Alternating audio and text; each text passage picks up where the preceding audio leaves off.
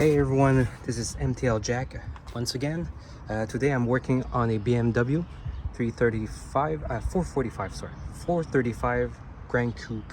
So basically I don't have the what they call it, the pass-through sockets. So what I did to remove the end link, I used the a slim vice grip that has at the end here, you see you can use a 4mm Allen to either loosen it or to tighten it, so this way it will bite more. And then I use the impact. This is a 16 socket and it comes out right away. Very simple. I did this because I'm changing the how you say it, the springs, long springs. You can do the same thing, just another trick I'm going to show you. You can do the same thing for the suspension when removing the spring. You do not always need the pass-through socket if you don't have them like me.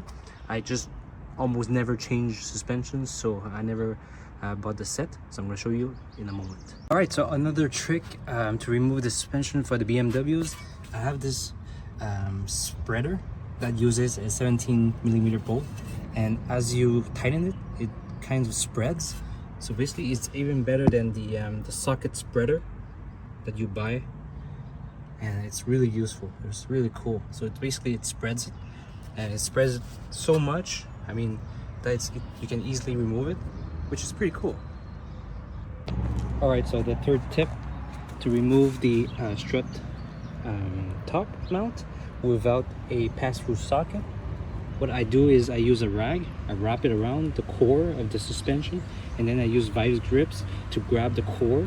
So this way, when you try to loosen this bolt, this 18mm right here, it's not gonna spin in the emptiness. It's gonna grab it, and you can loosen this very easily without any pass-through socket. This is my trick. Hope you guys like it. So basically, I use a lot the vice grips because I don't have the pass-through sockets. And same thing for the end links, same thing for this strut right here, or I do the same thing for any ball joints and stuff like that. Hope it helps you guys for the BMWs, and I'll see you guys again for some quick tips. Thank you guys for watching.